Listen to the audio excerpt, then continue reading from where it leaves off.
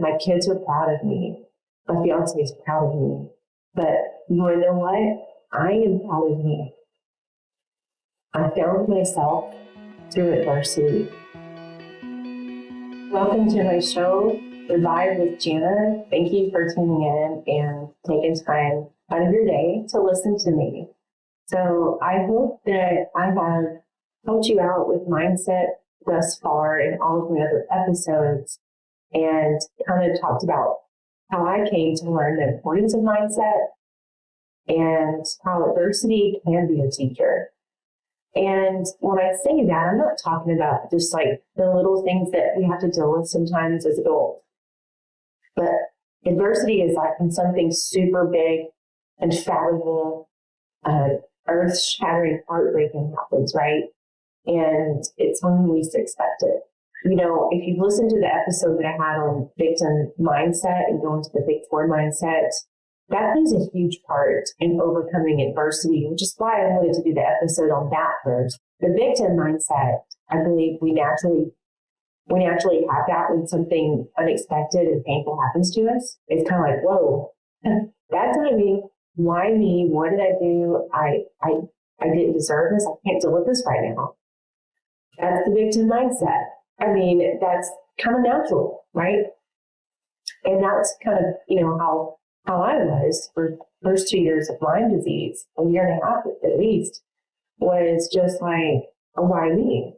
And I'm told that I can't even, this disease can't be eradicated from my body. So when you stay in that victim mindset, you're basically choosing to accept adversity as your fate, okay?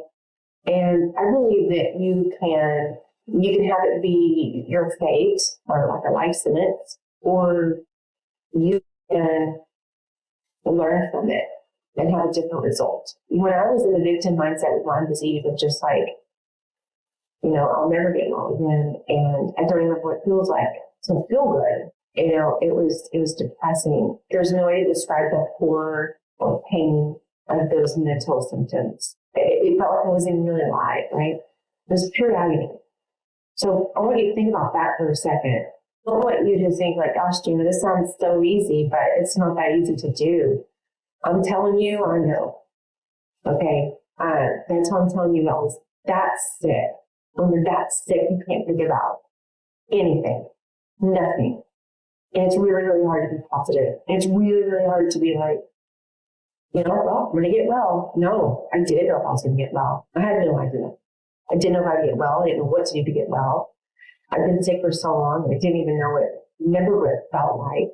I had no hope whatsoever. But on one of those first few episodes, when I talk about my battle with journey with Lyme disease, if you listen to that, and remember the part where I said, when I hit rock bottom, and it was the game changer for me. And that was a day on an overpass when I just wanted to drive off. And it was in that moment I realized there's just no way God gave me these beautiful kids, and then their mom gets sick. And this is their mom. That's all I could think about, right? Was my kids deserved better. And I went from thinking they deserved better, which meant me not there, to mom has to get well. And that changed to, I had to choose differently. I had to do different. What you choose in your head to think, that dictates what you do, my friends, what you say, the thoughts that you choose. And the thoughts that come in your head you didn't ask for, that they're not serving you well, and it's negative, BS, no faith. It is absolutely not easy. So I'm not just like some self-help guru and this is what you do. No, not at all. It's not easy. When I made that difference in the mindset, I chose differently. Every day after that, every second, I did differently. It all begins here. When I chose that, it put me in the driver's seat. I chose to get well. I chose to believe differently, and I did. I did differently. Lyme disease is it is not easy. The symptoms are severe. When the bacteria die off and the biofilm around them burst and they die, and those toxins are released, they die off. I just wanted to be put in a straitjacket, honestly.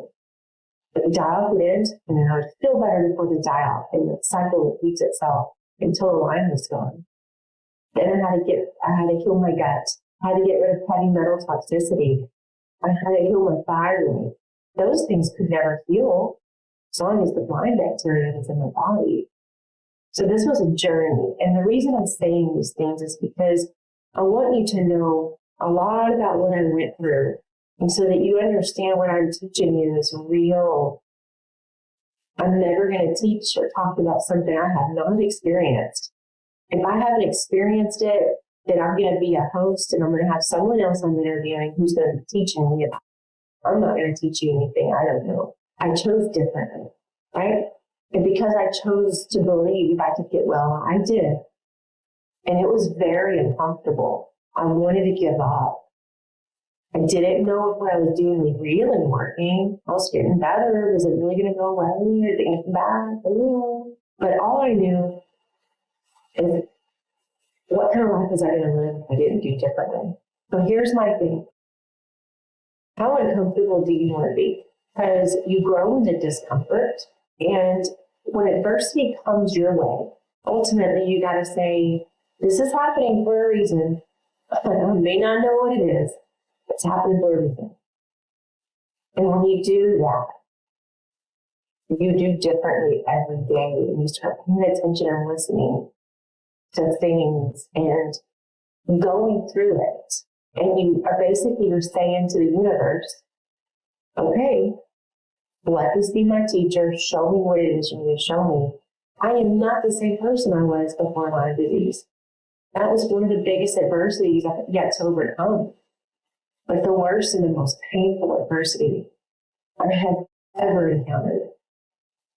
It was about 4 years ago when my marriage of 15 years fell apart and the absolute unthinkable happened. Something I never thought I'd have to deal with. I had 3 precious babies. Find out that the person you're with is not being faithful. That's absolutely heartbreaking and earth-shattering. And it makes me very emotional to talk about it. Because that wasn't just me, that was my baby. And for the last 2 years of that marriage, I was miserable. I couldn't be me. Worst emotional pain I've ever felt in my life. Finally decided it was enough. I deserved better. I had a moment where I hit rock bottom and I realized I could no longer live my life that way, taking on other people's guilts and wrongdoings and insecurities on my shoulders. I would no longer ever let anyone make me feel like I was too much. I wasn't good enough. I finally, at 37 years old, realized not only had I been attaching my happiness for 37 years, but I didn't love myself. I wasn't happy.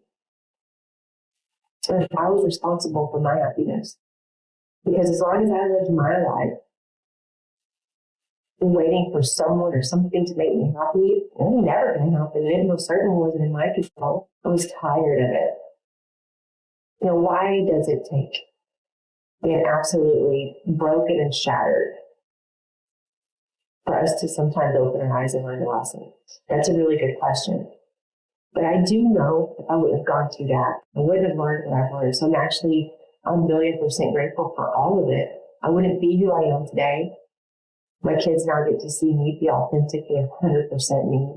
I chose to make the most painful things a lesson, my purpose, my passion.